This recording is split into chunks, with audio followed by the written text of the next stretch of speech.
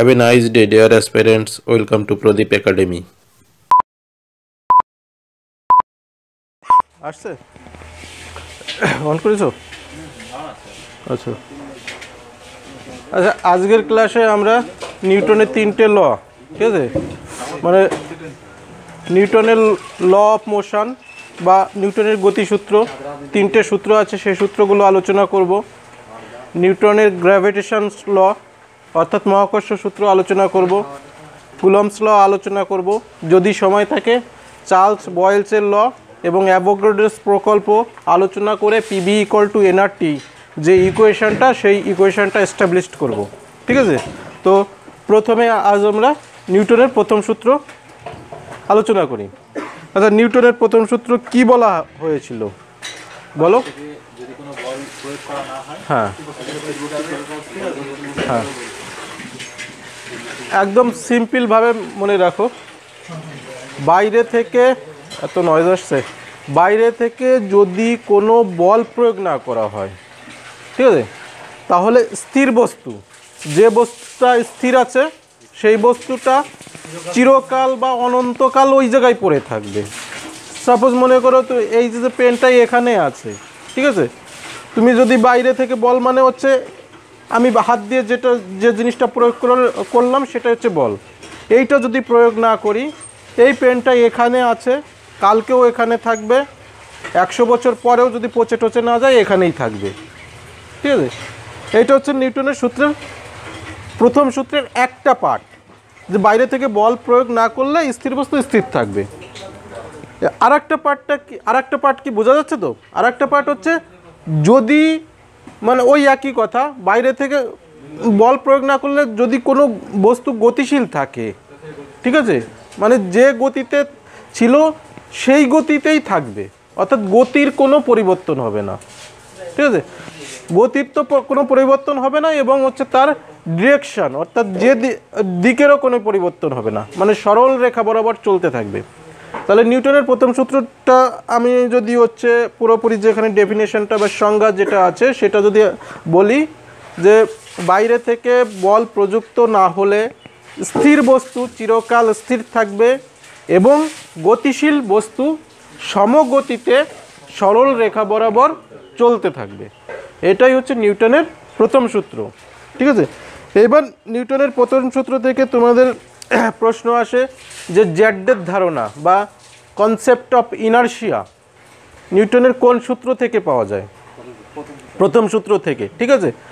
এবার এর কিছু হচ্ছে অ্যাপ্লিকেশান আছে, যে আমরা প্রশ্ন এরকম আসে যে কোনো ব্যক্তি বাসের মধ্যে আছে, ঠিক আছে, বাসের মধ্যে যদি হঠাৎ বাসটা চলতে শুরু করে, ওই ব্যক্তি কোন দিকে ঝুঁকে পড়বে? হ্যাঁ, পেছন দিকে। হ্যাঁ, যদি হঠাৎ করে চলতে শুরু করে ওই ব্যক্তির মানে উপরের অংশ মানে মাথাটা পিছন দিকে ঝুঁকে পড়বে। এটা আমরা ব্যাখ্যা করতে পারি নিউটনের প্রথম সূত্র থেকে। কি করে? যে বস্তুটা তো বাসটা স্থির ছিল, সেই সঙ্গে ওই ব্যক্তিও স্থির ছিল, এবার বাস সচল হয়েছে, বাস চলতে শুরু করেছে, এবার ওই ব্যক্তি দেহের উপরের অংশ নিচের অংশ বাসের সঙ্গে সচল হয়ে গেছে, কিন্তু তত সময় এর মধ্যে উপরের অংশ সচল হতে পারেনি, এই জন্য উপরের অংশটা স্থির থাকতে চায়, মানে আগের অবস্থানেই থাকতে চায়, তার জন্য ওই ব্যক্তি পিছনের দিকে ঝুঁকে পড়ে, ঠিক আছে। এইটাকে বলা স্টেট অফ ইনারশিয়া, মানে যে বস্তু যে অবস্থায় আছে সেই বস্তু সবসময় সেই জায়গাটাই আঁকড়ে ধরে থাকতে ভালোবাসে, ঠিক আছে। আবার ঠিক একইভাবে বাসটা চলছিল, হঠাৎ করে ব্রেক কষলো, মানুষ কি স্বাভাবিকভাবে সামনের দিকে ঝুঁকে পড়ে, অর্থাৎ একইভাবে হচ্ছে দেহের নিচের অংশ বাস স্থির হওয়ার সঙ্গে সঙ্গে ব্রেক কষার সঙ্গে সঙ্গে বাস স্থির হয়ে গেছে, নিচের অংশ স্থির হয়ে গেছে, কিন্তু হচ্ছে সেই ইনারশিয়া অফ মোশন বা হচ্ছে মানে গতির জন্য সামনের অংশ সামনের দিকে ঝুঁকে পড়ে। তো নিউটনের প্রথম সূত্রটা কি বোঝা গেল? ঠিক আছে। এবার এখান থেকে কনসেপ্ট অফ ইনারশিয়া মানে হচ্ছে ভরের সংজ্ঞাটাও পাওয়া যায়, যে বস্তুটার ভর যত বেশি হবে সেই বস্তুটা সেই জায়গায় বোঝা যাচ্ছে কি সেই জায়গাটায় থাকার প্রবণতাটা তত বেশি, ঠিক আছে, এটাই। এবার আমরা পরের সূত্রে চলে যাই, ঠিক আছে। পরের সূত্রটা কি?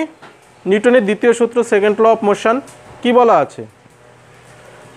আচ্ছা, প্রথম সূত্র সম্পর্কে যদি আরও মানে কোনো প্রশ্ন থাকে জিজ্ঞাসা করো, আমি আরও ডিটেলসে আলোচনা করছি, ঠিক আছে? ঠিক আছে, বলো। অনেক জায়গা আছে প্রথম সূত্র থেকে বলের সংজ্ঞা, বাইরে থেকে যে জিনিসটা পাওয়া যায় এটা প্রথম সূত্র থেকে পাওয়া যায়, কিন্তু অ্যাকচুয়ালি পুরোপুরি বলের কনসেপ্ট অফ মানে ফোর্স, এই ধারণাটা পাওয়া যায় এবং মেজারমেন্ট অফ ফোর্স হচ্ছে সেকেন্ড ল অফ মোশন, নিউটনের দ্বিতীয় সূত্র থেকে পাওয়া যায়, ঠিক আছে। এবার আমরা আসছি নিউটনের দ্বিতীয় সূত্র। এবার আমি হচ্ছে ইকুয়েশন দিয়ে বুঝিয়ে দেবো, কোনো অসুবিধা নেই। একদম নিউটনের বলের ইকুয়েশনটা, force F equal to M A, আমি এই ইকুয়েশনটা ডিরাইভও করব, ঠিক আছে।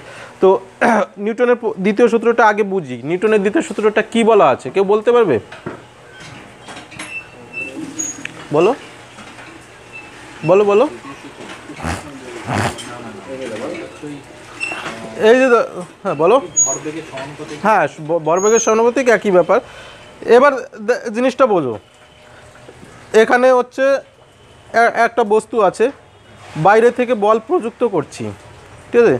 এবার যত বেশি বল, জাস্ট আমি আগে বুঝে নাও, যত বেশি বল প্রয়োগ করব এর অবস্থানটা তত বেশি চেঞ্জ হয়ে যাবে না? মানে ও তাড়াতাড়ি আস্তে ধাক্কা মারলে আস্তে যাবে, জোরে ধাক্কা মারলে জোরে যাবে। এবার যে দিক থেকে ধাক্কাটা মারছি সেই দিকেই যাবে, মানে ফোর্সের ডিরেকশান আর হচ্ছে ওর যে মোমেন্টাম একটা ভেক্টর রাশি, এর মোমেন্টামের ডিরেকশান একই থাকবে। আমি ধাক্কা মারছি এই দিকে, ও কিন্তু এই দিকে যাবে না, ঠিক আছে। এবার তাহলে ডেফিনেশনটা বা সংজ্ঞাটা কি? যে কোনো বস্তুর উপর প্রযুক্ত বল বস্তুর ভরবেগের পরিবর্তনের হারের সমানুপাতিক। হারের কথাটা আসছে, আমি ড্রাইভ করব তখন বুঝতে পারে। কোনো বস্তুর উপর প্রযুক্ত বল মানে কোনো বস্তুর উপর যে বলটা প্রয়োগ করছি সেই বলটা বস্তুর ভরবেগের পরিবর্তন, ভরবেগের ব্যাপারটা আমি পরে আসছি, ভরবেগের পরিবর্তনের হারের সমানুপাতিক। বল যেদিকে ক্রিয়া করে বস্তুর ভরবেগের পরিবর্তন সেদিকে ঘটে। মানে ওই যেদিকে বলটা, এই দিকে বলটা প্রয়োগ করছি ওর পরিবর্তনটাও এদিকে হবে, ঠিক আছে। এবার দেখো নিউটনের প্রথম সূত্রটা আমরা করি, এই ডিরাইভ করি। ধরো একটা বস্তু, ঠিক আছে, এর উপর এফ বল প্রয়োগ করলাম, ঠিক আছে। সাপোজ মনে করি প্রথমে হচ্ছে ওই বস্তুর বেগ ইউ ছিল, ইনিশিয়াল ভেলোসিটি। বোঝার চেষ্টা করো, এখানে জটিল কিচ্ছু কিন্তু আলোচনা করছি না। তুমি ভাবছো হচ্ছে ইকুয়েশন মানে এই ফিজিক্সের সূত্রপত্র অনেক জটিল, এসব কিচ্ছু না, জাস্ট বোঝার চেষ্টা করো, আমার মনে হয় বুঝতে পারবে। তাহলে প্রথম ওই বস্তুটা একটা বেগ নিয়ে চলছিল। সাপোজ মনে হয় তোমার সামনে একটা বল আসলো, বলের একটা বেগ ছিল, তারপরে কি করলে তুমি মারলে লাথি, কিক করলে। তাহলে প্রথম ওই বস্তুর বেগটা ছিল ইউ, যখন কিক করলে ওই বস্তুর বেগ পরিবর্তন হয়ে গেল ভি, মানে কত সময় পরে, টি সময় পরে পরিবর্তন হতে টাইমটা লেগেছে টি সময়। আচ্ছা, এটা ভেক্টর রাশি, এই জিনিসটা তোমাদের অসুবিধা হতে পারে, এই জন্য এখানে ওই উপরে ওই চিহ্নটা দিলাম না, ঠিক আছে, পরে ওটা অন্য মিনিং বোঝায়, ঠিক আছে। তাহলে এই বস্তুটার ভর এম ছিল, তুমি যখন বলে কিক করেছো, ওটা তো বলের যদি হচ্ছে তোমার 250 গ্রামের বল থাকে, 250 গ্রামই আছে, ভরের কোনো পরিবর্তন হয়েছে? ঠিক আছে, সেটা অন্য ক্ষেত্রে পরিবর্তন হয়, সেই আইনস্টাইনের হচ্ছে ইকুয়াল টু এমসি স্কোয়ারের ইকুয়েশন, ওটা পরিবর্তন হয়। শেষ জায়গায় আমরা যাচ্ছি না, আমরা হচ্ছে কম ভেলোসিটি নিয়ে কাজ করছি, মানে যে মানে আলোর বেগের কাছাকাছি নয়, তখন কিন্তু অন্য জিনিস হয়ে যাবে। তাহলে বস্তুর এই অবস্থানে ভরবেগ মানে ভর ইন্টু বেগ, তাই তো? বস্তুর ভরবেগ মানে ভর ইন্টু বেগ। এই অবস্থায় ভরবেগ কত ছিল? এম ইউ, এটাই ভরবেগ। আর টি সময় পরে ভরবেগ কত হবে? M v. বুঝা গেল? তাহলে ভরবেগের পরিবর্তনটা কত? M v minus m u. এটাই তো চেঞ্জ অফ মোমেন্টাম। ভরবেগের পরিবর্তন। এবার যখন বলছি হচ্ছে ভরবেগের পরিবর্তনের হার, তখন কিন্তু টি আসবে। এই কত সময়, টি সময়ে ভরবেগের পরিবর্তন এইটুকু হয়েছে, তাহলে 1 সেকেন্ডে ভরবেগের পরিবর্তন বাই টি আসবে না? এই পর্যন্ত আসলাম। তাহলে এটা হচ্ছে ভরবেগের পরিবর্তনের হার বস্তুর উপর প্রযুক্ত বলের সমানুপাতিক। তাহলে প্রযুক্ত বল কত ছিল? এফ ছিল না? সমানুপাতিক মানে এই চিহ্নটা। তাহলে মানে applied force directly proportional to rate of change of momentum. তাহলে মানে যে ফোর্সটা মানে প্রয়োগ করছি সেই ফোর্সটা হচ্ছে ভরবেগের পরিবর্তনের হারের সমানুপাতিক। বোঝা গেল? তাহলে এটাই হচ্ছে নিউটনের দ্বিতীয় সূত্র। তাহলে এখানে সমানুপাতিক চিহ্নটা বা প্রপোর্শনালিটিটাকে তুলে দিলে একটা কনস্ট্যান্ট আনতে হয় বা ধ্রুবক সংখ্যা আনতে হয়। ঠিক আছে, এটা ইকুয়াল টু, ও তার আগে এই পাশটা একটু ছোট করে নিই। এখানে দেখো, এখানে এম আছে না? এম কমন নেওয়া যেতে পারে, বি মাইনাস ইউ। ঠিক আছে, বাই টি, টিটা এখানে লিখলাম।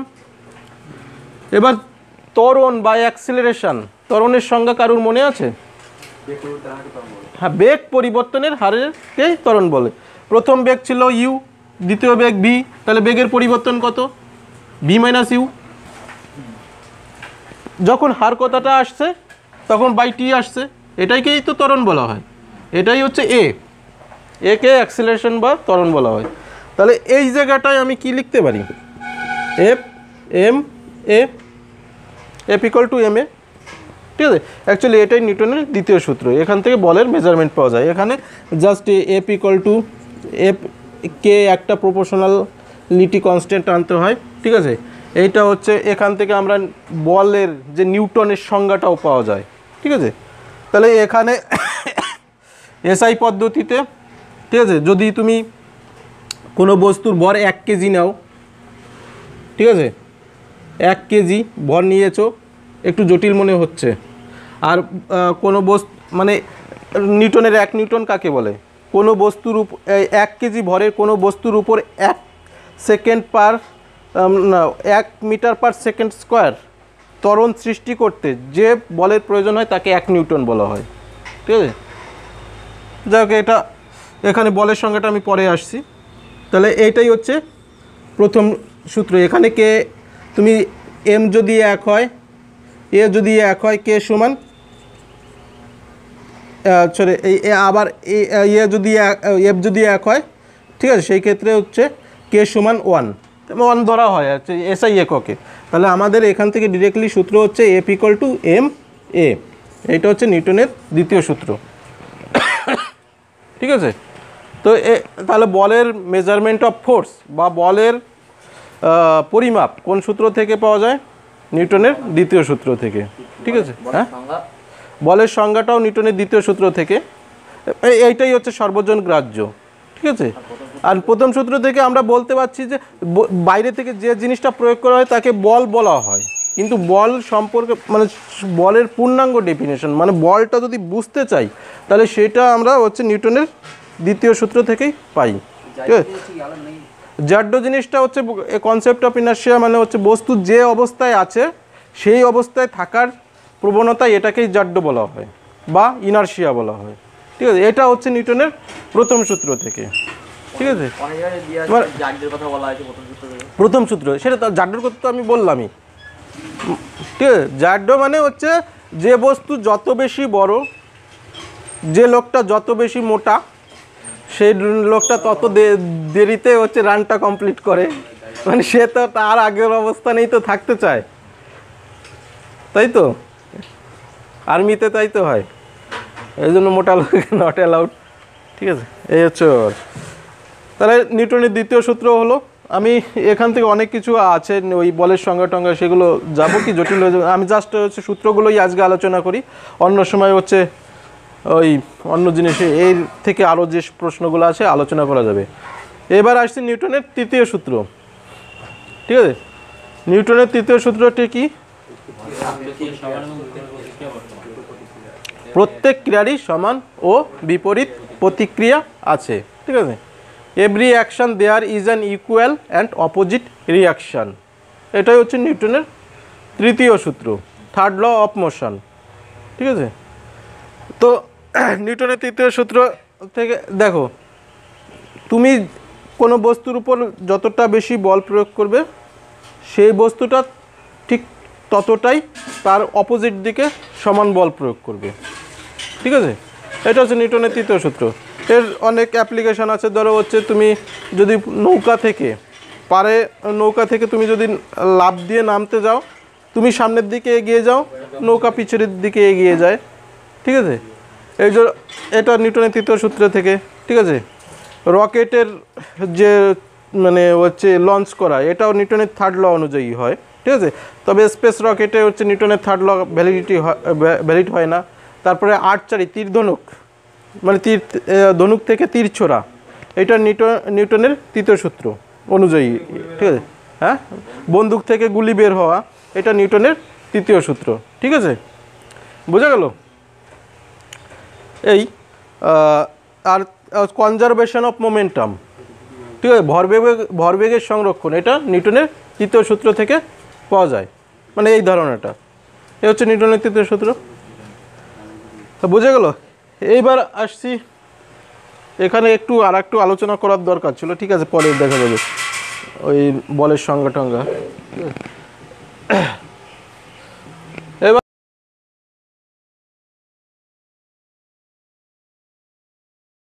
পাত্রের মধ্যে গ্যাস আছে। ঠিক আছে, গ্যাসের দুটো জিনিস কনস্ট্যান্ট রাখতে হবে। গ্যাসের পরিমাণ স্থির, মানে কোনো নির্দিষ্ট পরিমাণ গ্যাসের, নির্দিষ্ট পরিমাণ মানে হচ্ছে ভর স্থির, ভর কনস্ট্যান্ট। নির্দিষ্ট পরিমাণ গ্যাসের ভর স্থির রেখে, ঠিক আছে, আচ্ছা দাঁড়াও, হ্যাঁ, না আমি বলছি ভর এবং হচ্ছে উষ্ণতা, ভর স্থির, টেম্পারেচার স্থির, উষ্ণতা স্থির রাখলে V directly proportional to inversely proportional to P. ঠিক আছে, এই আলোচনা করে দিচ্ছে জাস্ট, মানে স্থির ভরের কোনো গ্যাসের আয়তন, স্থির ভরের কোনো গ্যাসের নির্দিষ্ট উষ্ণতায় আয়তন বৃদ্ধি করলে চাপ কমবে। এটাই হচ্ছে বয়েলস ল। হ্যাঁ, আয়তন ধরো, আয়তন বাড়লে চাপ কমবে, চাপ বাড়ালে আয়তন কমবে। হ্যাঁ, চাপের সঙ্গে আয়তনের সম্পর্ক ব্যস্তানুপাতিক। সিম্পলি ভাবো। ঠিক আছে, হয়তো আমার হচ্ছে ডিরেক্টলি আমি অনেক দিন আগে করেছি, তো সংজ্ঞাটা আমার মনে নেই, কিন্তু কনসেপ্টটা মনে আছে। আমি কনসেপ্টের ভিত্তিতে আমি আলোচনা করছি। ধরো সাপোজ হচ্ছে কোনো একটা কন্টেইনারের মধ্যে নির্দিষ্ট পরিমাণ গ্যাস রেখেছো। ঠিক আছে, গ্যাস রেখেছো, মানে সেই গ্যাস, নির্দিষ্ট পরিমাণ গ্যাস মানে হচ্ছে ধরো হচ্ছে ওর মধ্যে 100টা গ্যাসের অণু আছে। তার মানে ভরটা, গ্যাসের ভরের অণু তো স্থির, ভর স্থির। এবার উষ্ণতা যদি হচ্ছে, মানে তুমি উষ্ণতা মানে টেম্পারেচার বাড়াও, যদি উষ্ণতা না বাড়াও অথবা না কমাও, স্থির উষ্ণতায়। এবার যদি তুমি চাপ দাও ওই গ্যাসের মধ্যে, সাপোজ একটা বেলুনের মধ্যেই রাখো, তুমি চাপ দিলে কি হবে? আয়তনটা কমে যাবে না? আবার চাপ কমিয়ে দিলে আয়তনটা বাড়বে। এটাই তো বয়েলসের ল। বোঝা গেল? স্থির ভরের কোনো গ্যাসের নির্দিষ্ট উষ্ণতায় চাপ বাড়ালে আয়তন কমে, বা চাপের সঙ্গে আয়তনের সম্পর্ক ব্যস্তানুপাতিক। এটাই হচ্ছে বয়েলসের ল। ঠিক আছে, তাহলে বয়েলসের ল থেকে আমরা কি পাচ্ছি? V directly proportional to P, এটা বয়েলসের ল। ঠিক আছে, এখান থেকে অনেক কনস্ট্যান্ট, এর পরে আমি মানে এই তিনটে সূত্র আলোচনা করে তারপরে আমি হচ্ছে আসছি, এটার থেকে আর বেশি যাচ্ছি না। তাহলে বয়েলস ল থেকে আমি এই পর্যন্ত পেলাম। হ্যাঁ, এখানে প্রশ্ন আসে, বয়েলস লয় কি কি স্থির থাকে, এটা প্রশ্ন আসে। স্থির মানে কি কি, কোন কোন জিনিসটা ধ্রুবক থাকে? ধ্রুবক থাকে হচ্ছে টেম্পারেচার ধ্রুবক থাকে, উষ্ণতা ধ্রুবক থাকে, আর হচ্ছে ভর ধ্রুবক থাকে। বোঝা যাচ্ছে? এবং ভর, এইগুলো হচ্ছে কনস্ট্যান্ট, ধ্রুবক। ধ্রুবক মানে কনস্ট্যান্ট, মানে এগুলো পরিবর্তন করা হয় না। ভর আর উষ্ণতা, উষ্ণতা মানে টেম্পারেচার, ভর মানে মাস, আয়তন আর ইয়ের সঙ্গে ব্যস্ততার দিক। এবার চার্লসের সূত্রটা দেখো, চার্লসের সূত্রটা একটু জটিল আছে, ঠিক আছে? চার্লসের সূত্রটা একটু বলছি। আচ্ছা দাঁড়াও, এটা চার্লসের সূত্র হচ্ছে ভি এর সঙ্গে টি এর সম্পর্ক, আয়তনের সম্পর্ক টি, ঠিক আছে? বলছি এই জিনিসটা জানো তো?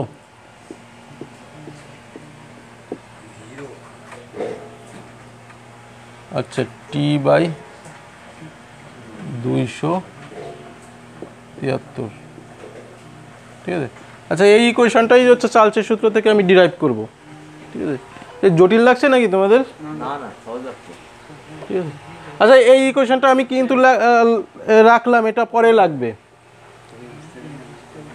দেখো চার্লসের সূত্রে কি বলা আছে, কোনো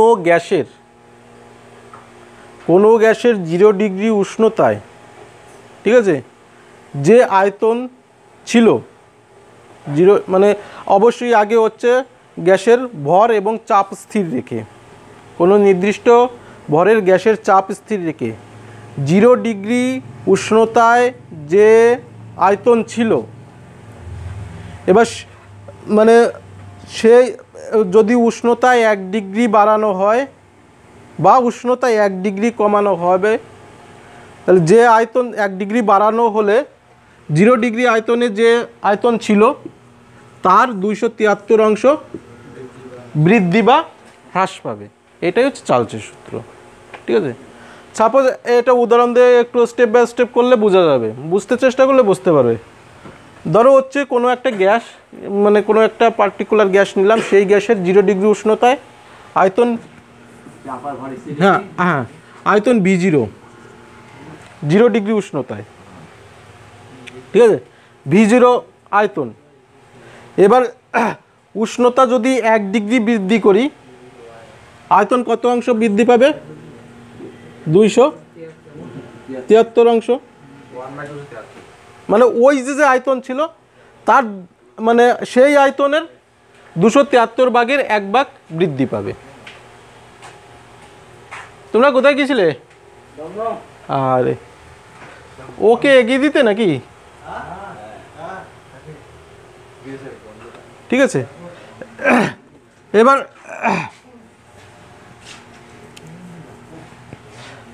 তো আচ্ছা ধরো এই পরিমাণ বৃদ্ধি পেল। এবার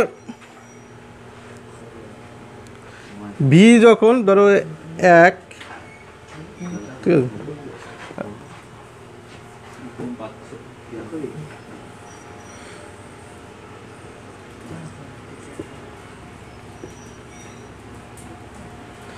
উষ্ণতা ধরো হচ্ছে 0 ডিগ্রিতে কত ছিল? V0 ছিল। এবার উষ্ণতা কত ডিগ্রি বের করেছো? বাড়াচ্ছ 1 ডিগ্রি, তাহলে আয়তন বৃদ্ধি পাবে কতটা? এতটা। তাহলে নতুন আয়তন হলো কতটা? এতটা না? তাহলে V1 ইকুয়াল টু এতটা, মানে 1 ডিগ্রি উষ্ণতা বাড়ানোর জন্য। এটা আসছে না? আমি মাইনাসের ব্যাপারটা পরে আসছি। তাহলে 1 ডিগ্রি উষ্ণতা বাড়ানোর জন্য নতুন আয়তন এইটা, মানে 0 ডিগ্রিতে আয়তন ছিল V0, এবার 1 ডিগ্রি বাড়ানোর পরে আয়তন বৃদ্ধি পেল এতটুকু, তাহলে নতুন আয়তন। তাহলে 1 ডিগ্রি, এখানে V1 মানে 1 ডিগ্রি উষ্ণতা, 1 ডিগ্রি বৃদ্ধি করার জন্য তাহলে নতুন আয়তন হচ্ছে এইটা, ঠিক আছে?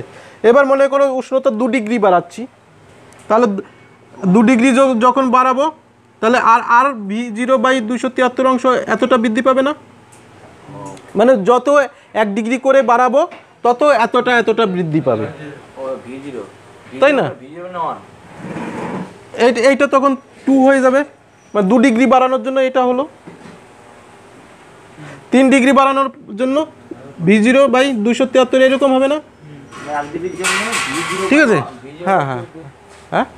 1 ডিগ্রির জন্য মানে উষ্ণতা 0 ডিগ্রিতে যে আয়তন ছিল 1 ডিগ্রি বৃদ্ধি বা হ্রাস করলে ওই আয়তনে 0 ডিগ্রিতে যে আয়তন ছিল তার এত অংশ বৃদ্ধি বা হ্রাস পায়।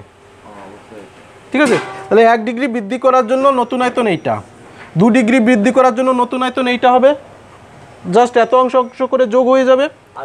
এবার হ্যাঁ হ্রাস করলে জাস্ট মাইনাস হবে, পরে আসছি, একবারে করে দেবো তখন। তাহলে ধরো এই উষ্ণতা হচ্ছে মানে 10 ডিগ্রি, এখানে যদি 20 হয়, আচ্ছা না না ওসবের মধ্যে আসছি না আমি, ঠিক আছে। এখানে 3 ডিগ্রি যদি হয় তাহলে এইটা লিখতে পারি না, V0 × 3/273 লিখতে পারি তো, ওটা তো বোঝানোর জন্য, এটা তো স্টেপ। তাহলে হ্যাঁ V3-র জন্য এইটা। এবার উষ্ণতা যদি 20 ডিগ্রি হয়, এখানে কত লিখবো, এখানে 20 লিখবো না, বোঝা যাচ্ছে কি, এখানে V20 লিখবো। এবার উষ্ণতা যদি T ডিগ্রি হয়, এখানে কি লিখবো, T লিখবো, এখানে BT, তাহলে নতুন আয়তন। ঠিক আছে, এইটাই হচ্ছে চার্লসের ল, VD প্লাস হচ্ছে V0 হচ্ছে × T/273। এবারে এখান থেকে দেখো V0 কমন যায়, 1 + T/273। আচ্ছা গল্প একটু জটিল হয়ে গেলে তোমরা হচ্ছে কনসেন্ট্রেশন হারিয়ে দিয়ে অন্য জায়গায় চলে যাও, মনটা দাও। আমি কিন্তু কষ্ট করে করাচ্ছি, তোমরা একটু যেই বুঝতে পারছো না অন্যদিকে মনোযোগ হয়ে যাচ্ছে, তাহলে তোমার কনসেন্ট্রেশন না থাকলে বুঝবে কি করে। দেখো তাহলে VT = এই একটা ইকুয়েশন আসছে না, এখান থেকে অনেক জিনিস হচ্ছে তৈরি হবে, তার জন্য আমি এগুলো করছি। ঠিক আছে, ওই যে কেলভিনের পরম শূন্য উষ্ণতার সংজ্ঞা, ঠিক আছে, অনেক জিনিস আছে এগুলো। তাহলে দেখো এটা চার্লসের ল পেলাম, চার্লসের ল অ্যাকচুয়ালি কি পেলাম, তাহলে VT = V0 1 ± T/273। ঠিক আছে, সংজ্ঞাটা কী হবে, যে কোনো গ্যাসের স্থির চাপে এবং নির্দিষ্ট ভরের কোনো গ্যাসের মানে 0 ডিগ্রি উষ্ণতায় যে আয়তন ছিল, যদি উষ্ণতায় 1 ডিগ্রি বাড়ানো বা কমানো হয়, তাহলে ওই গ্যাসের আয়তন ওই মানে 0 ডিগ্রিতে যে আয়তন ছিল তার 273 অংশ বৃদ্ধি বা হ্রাস পায়। এটাই হচ্ছে চার্লসের সূত্র, সেটা আমি এই ফর্মুলায় হচ্ছে এনে দিলাম। ঠিক আছে, হ্যাঁ এইবার আসছি সেই জায়গাটায়, দেখো ঠিক আছে। ওই আমি আগের দিন আলোচনা করেছিলাম পৃথিবীর সব থেকে কম উষ্ণতা কত ডিগ্রি, এই যে জায়গাটা থেকে ওটা এসছে, কিন্তু এটা তো 273। ঠিক আছে, এবার সেই জায়গাটায় আসছি, মানে মহাবিশ্বের সব থেকে কম উষ্ণতা অ্যাবসোলিউট টেম্পারেচার হচ্ছে -273 ডিগ্রি। ঠিক আছে, এটা কিন্তু চার্লসের সূত্র থেকেই আসে এই কনসেপ্টটা।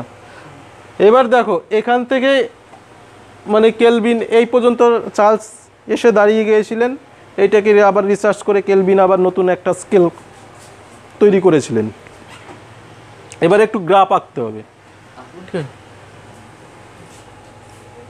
সম্পর্কটা কেমন বলো তো, এখানে একটু বড়, হ্যাঁ আচ্ছা যাই হোক এখানে করি, এখানে আর একটু লাগবে। আচ্ছা কোনো গ্যাসের 0 ডিগ্রি উষ্ণতায় ধরো আয়তন হচ্ছে এই পর্যন্ত ছিল, ঠিক আছে, V0 এই পর্যন্ত ছিল, ঠিক আছে, 0 ডিগ্রিতে। এবার দেখো উষ্ণতা বাড়ালে আয়তন কি হবে, স্বাভাবিকভাবে বাড়বে। উষ্ণতা 0 ডিগ্রিতে আয়তন 0 নয়, একটা আয়তন ছিল, এই জন্য ওয়াই অ্যাক্সিসের এই জায়গা থেকে শুরু হচ্ছে 0 ডিগ্রি, এইদিকে এটা হচ্ছে টেম্পারেচার। 0 ডিগ্রিতে আয়তন ছিল V0, এবার এর থেকে উষ্ণতা বাড়ালে মানে উষ্ণতা বাড়ালে হচ্ছে আয়তন কি হবে, বাড়বে। তুমি যত হচ্ছে ওই বেলুনকে তাপ দেবে তত বেশি ওটা ফুলবে, ঠিক আছে, গ্যাসটা বেশি এক্সপান্ড করবে। ঠিক আছে, তাহলে আয়তনের সঙ্গে ভলিউমের সম্পর্ক এইরকম, মানে এটা বাড়ালে এটা বাড়ে, এটা তো এইদিকে গেল, সেটা ঠিক আছে।